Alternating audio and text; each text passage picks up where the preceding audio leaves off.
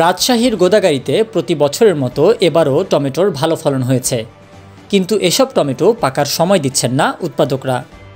কম সময়ে বেশি মুনাফার আশায় বিভিন্ন ধরনের রাসায়নিক ব্যবহার করে কৃত্রিম উপায়ে লাল টুকটুকে করছেন অপরিপক্ক সবুজ টমেটো।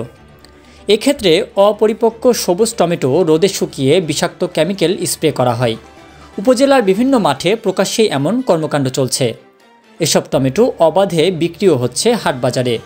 শুধু তাই নয়, স্থানীয় বাজারের চাহিদা মিটিয়ে দেশের নানা প্রান্তে ছড়িয়ে যাচ্ছে এই বিষ।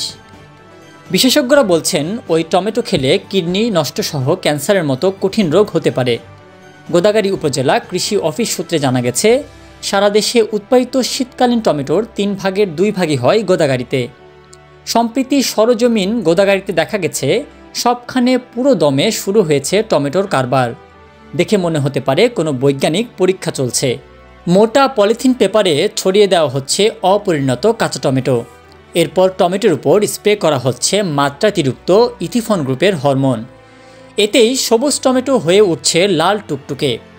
পরে সেগুলো প্যাকেটজাত করে ট্রাকে পাঠানো হচ্ছে ঢাকাসহ দেশের বিভিন্ন জায়গায়। স্থানীয়রা বলেন, কৃষকসহ দেশের বিভিন্ন স্থান থেকে ব্যবসায়ীরা এখানে এসে কম দামে কাঁচা টমেটো কিনছেন। এরপর তারা খোলা জায়গায় টমেটো রোদে রেখে মাত্রাতিরিক্ত ইথিফন গ্রুপের হরমোন স্প্রে করছেন। এই হরমোন অতিমাত্রায় ব্যবহারের ফলে কাঁচা টমেটো মুহূর্তেই লাল বর্ণ ধারণ করছে।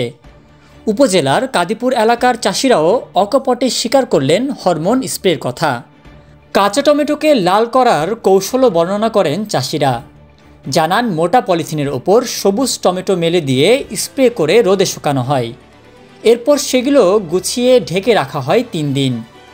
পরে সেগুলো আবারও রোদে দিয়ে স্প্রে করে শুকানো হয়। 1 সপ্তাহ ধরে চলে এমন কর্মকাণ্ড।